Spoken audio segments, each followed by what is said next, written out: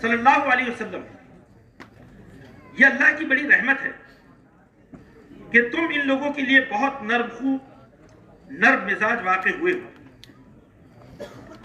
ورنہ اگر کہیں تم تند خو یعنی تلخ لہجے والے اور سنگ دل ہوتے تو یہ سب تمہارے گرد و پیش سے چھٹ جاتے۔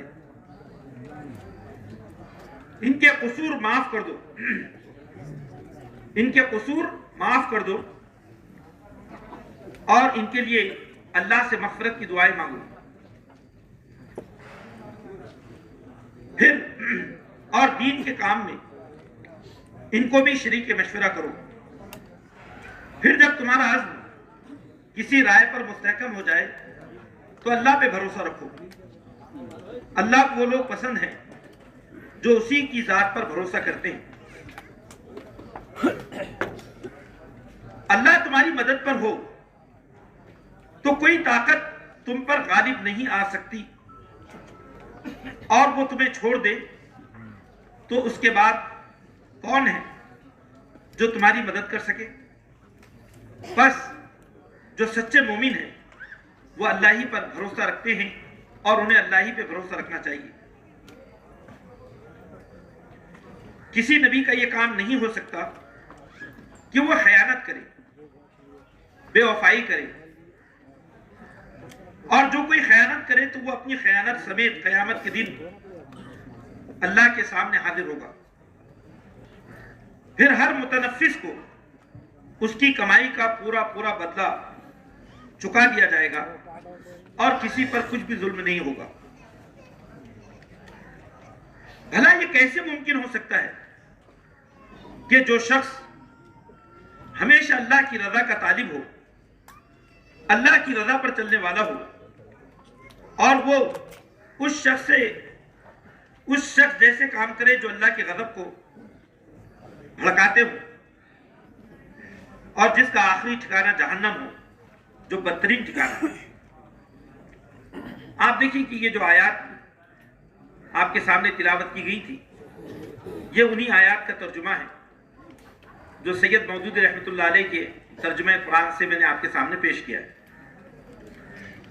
اب ان آیات پر ہم غور کریں تو اس سے جو چیزیں ہمارے سامنے آتی ہیں، تو سب سے پہلی بات تو یہ ہے کہ اللہ کے رسول صلی اللہ علیہ وسلم کی ذات اقدس کو اللہ تعالیٰ نے بحیثیت قائد کے جن اوصاف سے مزین فرمایا تھا، اللہ نے ان کا ذکر فرمایا۔ اور دوسرے تحریک اسلامی کا جو داخلی ماحول ہے، تحریک اسلامی کی جو داخلی کیفیت ہے، اس کا بھی ذکر قرآن مجید نے یہاں کیا ہے۔ اور تیسرا قرآن مجید نے یہ بتایا ہے کہ تحریک جن عظیم الشان مقاصد کے لیے برپا ہوئی ہے، ان مقاصد کی تکمیل میں، ان مقاصد کے حصول میں جو اللہ کی نصرت ہے، اللہ کی جو مدد ہے، وہ کب شامل حال ہوتی ہے، یہ ایک بات اس سے سامنے آتی ہے۔ دوسری بات یہ سامنے آتی ہے کہ وہ کون سی بری صفات ہیں یا وہ کون سے ایسی چیزیں ہیں جو تحریک اسلامی کی قیادت کے لیے نقصان دہ اور جو اسلامی تحریک کے لیے سم قاتل ہو سکتی ہیں، جو اس کے شیرازے کو بکھیر سکتی ہیں۔ اور تیسری بات، اگر ہم اس کا انطباقی پہلو دیکھیں آج کے حالات میں، تو یہ بات سمجھ میں آتی ہے کہ ہم جو ارکان تحریک ہیں، رفقائے تحریک ہیں، ہمارا شعور یہ ہے کہ ہم اس دنیا میں محمد مصطفیٰ صلی اللہ علیہ وسلم کے پیغام کے امین و ترجمان ہیں، اور اس طرح امت مسلمہ کا ہر فرد اور بطور خاص تحریک اسلامی کا ہر رکن اور کارکن وہ اپنے آپ میں ایک قائد ہے، اپنے آپ میں رہنما ہے۔ اللہ تعالیٰ نے اسے انسانیت کی رہنمائی کے لیے اور انسانی دنیا کو اسلامی اجتماعیت سے جوڑنے کے لیے پیدا کیا، جس کے بارے میں شاعر مشرق نے یہ بات کہی ہے کہ ہر فرد ہے ملت کے مقدر کا ستارہ۔ تو یہ جو صفات ہیں، یہ صفات صرف قائد تحریک یا امیر مقامی کے لیے نہیں ہے، بلکہ ہر رکن اور کارکن جو تحریک اسلامی کے مقصد اور نظم العین سے والہانہ لگاؤ رکھتا ہو، ان صفات کو اسے اپنے اندر پیدا کرنا چاہیے۔ قرآن مجید نے پہلا نقطہ یہ پیش کیا کہ تحریک اسلامی کی جو اساس ہے، جو اس کے فکر و نظر کی، اس کے فکر و عمل کی، اس میں رحمت شامل ہے۔ اللہ کے رسول صلی اللہ علیہ وسلم کی جو ذات ہے وہ خدا کی رحمت کا ظہور ہے۔ اللہ نے دین اسلام کو اس لیے بھیجا ہے تاکہ انسانوں کو اندھیروں سے نکال کر روشنی کی طرف لائے۔ تو دین اسلام خود اللہ کی رحمت بے کرام کا ایک مظہر اور اس کا ایک جو ہے نشان ہے۔ قرآن نے یہ بات کہی ہے کہ الرحمن علم القرآن، وہ اللہ کی ذات جو سراپر رحمت ہے، اس کی رحمت کا سب سے بڑا مظہر یہ ہے، ظہور یہ ہے کہ اس نے قرآن کی تعلیم دی۔ اب آپ دیکھیں کہ اللہ تعالیٰ نے محمد مصطفیٰ صلی اللہ علیہ وسلم کی ذات اقدس کو صفت رحمت سے متصف کیا ہے۔ وَمَا أَرْسَلْنَاكَ إِلَّا رَحْمَةً لِّلْعَالَمِينَ، اے نبی ہم نے آپ کو سارے جہانوں کے لیے رحمت بنا کر بھیجا ہے۔ یہاں عالم کا جو لفظ ہے وہ تمام مخلوقات کے لیے استعمال ہوا ہے، نباتات کے لیے بھی، جمادات کے لیے بھی، حیوانات کے لیے بھی اور انسانوں کے لیے بھی۔ آپ صلی اللہ علیہ وسلم نے زندگی کا ایسا صحت مند عقیدہ عطا فرمایا کہ اس کا ماننے والا شخص وہ انسانی دنیا کے لیے ہر اعتبار سے رحمت ثابت ہو۔ اب قرآن کا اسلوب بیان دیکھیے، قرآن نے کہا کہ فَبِمَا رَحْمَةٍ مِّنَ اللَّهِ لِنْتَ لَهُمْ، اے نبی یہ اللہ کی رحمت خاص ہے جو آپ کی طبیعت میں اڈیلی گئی، جو آپ کی شخصیت میں ودیت کی گئی، اور اسی کے نتیجے میں اس رحمت کا ظہور آپ کے اخلاق و کردار میں پایا گیا۔ آپ سوچیں، قرآن کے اس اسلوب کو دیکھیے کہ قرآن کی جو الفاظ ہیں وہ نبی کریم صلی اللہ علیہ وسلم کی ذات گرامی کا جو تعارف پیش کرتی ہے وہ کتنا محترم بالشان ہے۔ اچھا، قرآن نے ان چیزوں کو اور مختلف مقامات پر پیش کیا ہے۔ ہم سورہ توبہ کو دیکھتے ہیں، وہاں اللہ کے رسول صلی اللہ علیہ وسلم کی ذات گرامی کو سارے انسانیت کا درد سمجھنے والی ذات قرار دیا گیا کہ لَقَدْ جَاءَكُمْ رَسُولٌ مِّنْ أَنفُسِكُمْ عَزِيزٌ عَلَيْهِ مَا عَنِتُّمْ حَرِيصٌ عَلَيْكُمْ بِالْمُؤْمِنِينَ رَءُوفٌ رَحِيمٌ۔ تو سب سے اہم بات یہ ہے کہ اللہ تعالیٰ نے نبی صلی اللہ علیہ وسلم کو جس معاشرے میں بھیجا وہ معاشرہ انسانی اخلاق سے عاری ہو چکا تھا۔ ظلم، طغیان، عداوتیں اپنی انتہا پر پہنچ چکی تھی، لیکن ایسے حالات میں اللہ کے رسول صلی اللہ علیہ وسلم کی شخصیت نے جو انسانیت کی تعمیر کا کام کیا اور جو انسانی دنیا کو اخلاقی انقلاب عطا فرمایا، اس انقلاب کی روح یہ تھی کہ آپ کا دل ایک پرسوز دل تھا، آپ کا دل انسانیت کی محبت سے اور انسانیت کی خیر خواہی سے بھر چکا تھا۔ یہ بڑی اہم بات ہے جو ہم سب کو سمجھنا چاہیے۔ داعی کے اندر جب تک یہ جذبہ پیدا نہ ہو کہ اس کا وجود اس کے جہاں وہ رہتا ہے وہاں وہ خدا کی رحمت ہو۔ ہم اگر گھر میں ہیں اور گھر میں ہمارا کردار اگر بحیثیت شوہر، بحیثیت بیٹے، بحیثیت باپ، بحیثیت بھائی، محلے میں بحیثیت پڑوسی، ورک پلیس پر ہماری اپنی ملازمت، تحریک اسلامی میں ہماری جو ہے الگ الگ ذمہ داریاں، ہر جگہ لوگ یہ محسوس کریں کہ یہ شمع محفل ہے جو سوچ سے بھرا ہوا ہے۔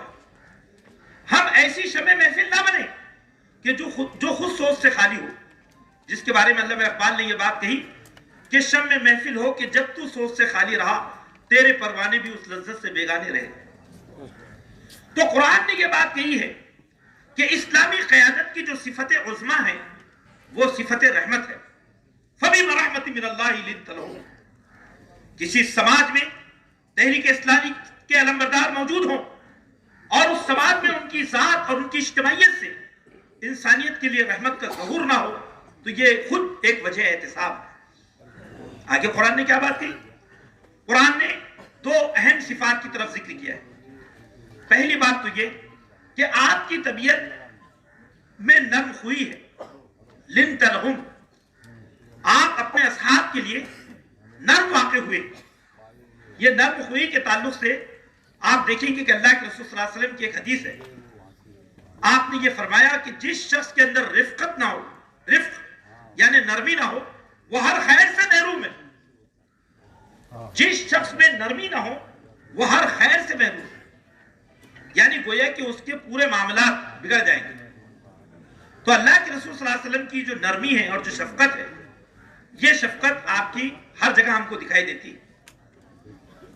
یہ گفتگو میں بھی شامل ہے کہ ہمارا جو کلام ہے وہ کلام دل سوز ہو، دل پذیر ہو.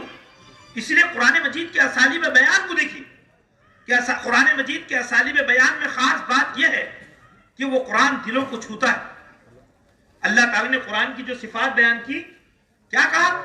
یا ایھا الناس اتقوا قد جاءتکم موعظۃ من ربکم، یا ایھا الناس قد جاءتکم موعظۃ من ربکم، اے لوگو تمہارے پاس تمہارے رب کی جانب سے موعظت آ چکی ہے. مفسرین یہ کہتے ہیں وہ موعظت اس کلام کو کہتے ہیں جو کلام شیریں ہو، جو نصیحت سے بھرا ہوا ہو، جو دلوں کے تاروں کو چھونے والا ہو، کہ جب وہ کلام پیش کیا جائے تو مدعو یہ سمجھے کہ یہ میرے دل کی آواز ہے، یہ میرے ہمدرد کا کلام ہے. تو یہ بات قرآن نے کہی ہے کہ اے نبی صلی اللہ علیہ وسلم، آپ کی ذات وہ دراصل نرم خوئی اور شفقت کا ایک خزینہ ہے. پھر اس کے بعد قرآن نے کیا کہا؟ قرآن نے کہا کہ وَلَوْ كُنْتَ فَظًّا، دیکھیے اب اس کی ضد قرآن نے استعمال کی. قرآن مجید کے اعجاز کلام کی ایک خوبی یہ بھی ہے کہ جب وہ ایک بہترین صفت کو بیان کرتا ہے تو اس صفت کو بھی بیان کر دیتا ہے جو دراصل اس کی ضد ہے، یعنی اندھیرے کے ساتھ روشنی کا ذکر اور روشنی کے ساتھ اندھیرے کا ذکر. تو قرآن نے یہاں کہا وَلَوْ كُنْتَ فَظًّا، اگر تم تند خو ہوتے، یعنی تمہارے لہجے میں سختی ہوتی، تمہارے لہجے میں کاٹ ہوتی، تمہارے لہجے میں تان و تشنی ہوتی، تم ایسے الفاظ اور کلمات کا انتخاب کرتے جس سے لوگوں کی دل چھلنی ہو جائے، اور پھر غلیظ القلب، تمہارے دل میں سختی ہوتی، یعنی وہ رحمت جو خدا نے ودیعت فرمائی ہے اس کی جگہ تمہارا دل غلاظت کہتے ہیں عربی زبان میں سختی کو، غلیظ دل ہوتا، سخت دل ہوتا. تو لَنْفَضُّوا مِنْ حَوْلِكَ، اے پیغمبر یہ عرب، یہ بدوی آپ کے اطراف سے بھاگ جاتے، چھٹ جاتے. آپ دیکھیں کتنی اہم بات ہے. گویا قرآن مجید نے یہاں یہ بات کہی ہے کہ جو فض ہے، فضہ عربی زبان میں لہجوں کی سختی، الفاظ کو تیر و نشتر کے ذریعے پیش کرنا، یہ قرآن کو سخت، اللہ کو سخت جو ہے ناپسند ہے.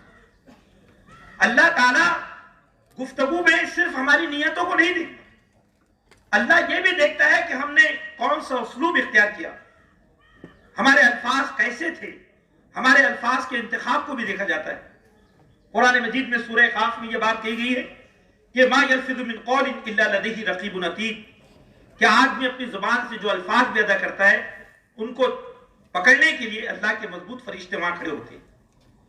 اب آپ دیکھیں کہ اس کے بعد قرآن نے یہ بات کہی ہے کہ ایک بہترین قائد وہ ہے جو عفو و درگزر کا سرچشمہ ہو، جو معاف کریں، اور صرف معاف نہ کریں بلکہ ان کے لیے مغفرت کی دعائیں مانگیں.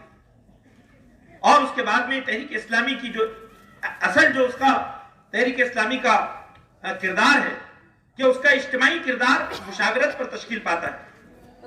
اللہ کے رسول نے اللہ تعالیٰ نے یہ جو بات کہی کہ شاورہم فی الامر، اگرچہ ان لوگوں نے آپ کو تکلیف پہنچائی، اگرچہ یہ ان لوگوں کی عہد کی جو غلطیاں ہیں وہ اس قابل ہیں کہ ان کو سزا دی جائے، لیکن آپ نے معافی کا رویہ اختیار کیا، تو آپ ان کو رفتہ رفتہ شریک مشاورت کریں. آپ جانتے ہیں کہ اسلامی اجتماعیت کا جو ستون ہے وہ جو ہے شورا ہے. اور شورا کیا ہے؟ یہ دراصل اجتماعی اجتہاد کی ایک شکل ہے. شریعت یہ چاہتی ہے کہ پوری امت قیادت کے عمل میں شامل ہو اور آمریت کا خاتمہ ہو، ڈکٹیٹرشپ نہ ہو، فرد واحد اپنے فیصلے مسلط نہ کرے. تو جو لوگ دین اسلام کے مزاج اور اس کی روح کو جانتے ہیں وہ اس بات کو جانتے ہیں کہ ہر معاملے میں مشاورت ہونی چاہیے. اور یہ مشاورت دین کے اہم ستونوں میں سے ایک ستون ہے۔ امرہم شورا بینہم، معاملات زندگی میں اور اجتماعی امور میں آدمی کسی بھی فیصلے تک پہنچنے سے پہلے اس میں بھرپور مشاورت کرے۔ لیکن مشاورت کے بعد کیا کہا قرآن نے؟ فَإِذَا عَزَمْتَ فَتَوَكَّلْ عَلَى اللَّهِ، جب فیصلے ہو جائیں، جب کسی چیز پر پختہ ارادہ کر لو باہمی مشاورت کے بعد، تو اللہ کی ذات پہ بھروسہ کرو۔ قرآن مجید میں عزیمت کا لفظ جگہ جگہ ملتا ہے۔ عزیمت کے معنی یہ ہوتی ہے کہ آگے بڑھنا۔ عربی زبان میں عزیمت کہتے ہیں اپنے مشن اور اپنے مقصد کے لیے آگے بڑھنا، اس کے لیے اقدام کرنا۔ تو شریعت یہ چاہتی ہے، اللہ تعالیٰ یہ چاہتا ہے کہ اہل ایمان اپنے فیصلوں پر پوری طرح سے استقامت دکھائیں، اور جو عظیم فیصلے انہوں نے کیے ہیں اس کے نفاذ کے لیے اللہ کی طاقت پہ بھروسہ کریں، اللہ کی ذات پہ بھروسہ کریں۔ اللہ ان کا پشت پناہ ہے، اللہ تعالیٰ ان کو کبھی جو ہے بے یار و مددگار نہیں چھوڑے گا۔ تو اللہ کی ذات پہ بھروسہ کریں۔ اور توکل ایک عظیم طاقت کا سرچشمہ ہے۔ توکل میں استقامت بھی ہے، اللہ کی بشارتوں پر اعتماد بھی ہے، اپنے نظام زندگی پر اعتماد ہے، دعوت پر اعتماد ہے، یہ توکل میں شامل ہے۔ تو اللہ کی جو طاقت ہے وہ متوکلین کے ساتھ ہوتی ہے۔ اور قرآن نے کہا کہ اگر تم نے عزیمت کی راہ اختیار نہیں کی، اگر تم نے توکل کا کردار نہیں اپنایا، تو تم خدا کی نصرت سے محروم ہو جاؤ گے، اللہ کی نصرت تمہارے شامل حال نہیں ہوگی۔ اس کے لیے ان صفات کو پیدا کرنا بہت ضروری ہے۔ اور اللہ تعالیٰ نے اگلی آیت کریمہ میں یہ بات ارشاد فرمائی کہ جو لوگ زمین میں خدا کی خوشنودی کے طالب ہو، جو اللہ کی رضا کے طالب ہو، ان کا کردار خیانت سے بالاتر ہوتا ہے۔ وہ اپنے معاملات میں عہد وفا کی تکمیل کرتے ہیں۔ یہاں خیانت سے مراد اگرچہ کہ تاریخ کے ایک بات کی طرف اشارہ ہوتا ہے کہ اللہ کے رسول صلی اللہ علیہ وسلم پر خیانت کا الزام لگایا گیا، لیکن مولانا امین حسن اصلاحی رحمۃ اللہ علیہ نے اس کی تفسیر میں یہ بات لکھی ہے کہ یہاں خیانت جو ہے عمومی مفہوم کے لیے استعمال ہوا ہے کہ اللہ تعالیٰ نے جن مناصب کو، جن عہدوں کو، جن ذمہ داریوں کو، جن امانتوں کو ہمارے حوالے کیا ہے، ہم اس کا حق ادا کریں۔ تو جو لوگ اقامت دین کے مشن کے نمبردار ہوتے ہیں وہ اپنے سارے معاملات میں شفافیت رکھتے ہیں اور وہ خیانت سے اپنے آپ کو دور رکھتے ہیں۔ تو یہاں پر قرآن نے یہ بات پیش کی ہے۔ تو رفقائے محترم، یہ جو آیات ہیں جس کی تذکیر ابھی آپ کے سامنے آئی ہے، تو اللہ کے رسول صلی اللہ علیہ وسلم کی سیرت، پوری سیرت جو ہے ان آیات کے، یعنی یہ جو آیات ہے اس کا اثر ہمیں اللہ کے رسول کی پوری سیرت میں دکھائی دیتا ہے۔ اللہ کے رسول صلی اللہ علیہ وسلم نے لوگوں کے ساتھ کیسے جو ہے عفو درگزر کا معاملہ کیا، کیسے انہوں نے اجتماعیت کی تشکیل کی، کیسے انہوں نے اجتماعیت کو سیسا پلائی ہوئی دیوار میں تبدیل کیا، کیسے انہوں نے امور و معاملات میں مشاورت کو اختیار کیا، کیسے انہوں نے اپنے وابستگان کے اندر عزیمت پیدا کی، اور پھر کیسے اللہ کی ذات پہ بھروسہ کرنا سکھایا۔ تو جو لوگ اللہ کی رضا کے طالب ہوتے ہیں یہ ان کا کردار ہوتا ہے۔ قرآن مجید نے یہاں پر اس تذکیر کو اس نقطے پر جو ہے پیش کیا کہ کیا وہ لوگ جو اللہ کی رضا کے طالب ہوں اور وہ لوگ جنہوں نے اللہ کے غضب کو مول لیا ہو، دونوں کے کردار ایک جیسا ہو سکتا ہے؟ کبھی نہیں ہو سکتا ہے۔ تو یہ جو درس ہے، اس درس سے یہ پیغام ہمیں ملتا ہے کہ اگر ہم تحریک اسلامی کی ترجمانی کا حق ادا کرنا چاہتے ہیں اور ہم یہ چاہتے ہیں کہ الہی تعلیمات کی روشنی میں معاشرے کی تشکیل ہو، تو ہمیں یہ اوصاف پیدا ہونا چاہیے۔ ہماری ذات رحمت کا مجسم بننا چاہیے، ہماری گفتگو دل پذیر ہونا چاہیے، اور پھر یہ کہ ہم اپنے دل میں لوگوں کے لیے نرمی اور شفقت پیدا کریں اور اللہ کی رضا کے طالب بنیں، معاملات میں مشاورت کریں، عفو درگزر کا رویہ اختیار کریں، اور عفو درگزر سے آگے بڑھ کر رفقائے تحریک کے لیے دعائیں مغفرت کریں، اللہ کی ذات پہ توکل کریں۔ اور وہ چیزیں جو تحریک اسلامی کے مشن کے خلاف ہے اور جو صحیح معنوں میں وہ فرد کبھی تحریک کا ترجمان نہیں بن سکتا، وہ کون ہے؟ جس کا دل سنگ دل ہو، جس کے دل میں محبت نہ ہو، اپنے سے، اپنے سماج سے، لوگوں سے، پوری انسانیت سے جس کے دل میں محبت نہ ہو، جو معافی اور درگزر کے طریقے کو اختیار نہ کرنا چاہیں، جو دلوں میں بات پالے اور دشمنی پر اتر آئے، انتقامی جذبات کو ہوا دے، اور جو آمریت پسند ہو، خود پسند ہو، مشاورت کو نہ برتتا ہو اور جو خدا کی ذات پہ بھروسہ نہ کرتا ہو اور جو فیصلوں کے بعد اس کے نفاذ کے لیے کما حقہ عزیمت نہ اختیار کرے. تو بہرحال یہ چند باتیں ہیں جو ان آیات کے ذریعے ہمارے سامنے آتی ہیں. آئیے کہ ہم اللہ سے دعا کریں کہ رب کریم ہمیں ان اوصاف سے متصف ہونے کی توفیق عطا فرما, ہمارے دلوں کو رحمت سے بھر دے, ہماری گفتگو کو ایک داعیانہ یعنی ایک دائی کی جو گفتگو ہوتی ہے اس انداز سے ہمیں گفتگو کی توفیق عطا فرما, معاملات میں نرمی, شفقت, عفو درگزر کی توفیق عطا فرما, مشاورت کے ساتھ اپنی اجتماعیت کو آگے بڑھانے کی توفیق عطا فرما, ہمیں اے اللہ عزیمت عطا فرما اور توکل عطا فرما. آمین یا رب العالمین. وآخر دعوانا الحمدللہ رب العالمین. جزاک اللہ مولانا محترم.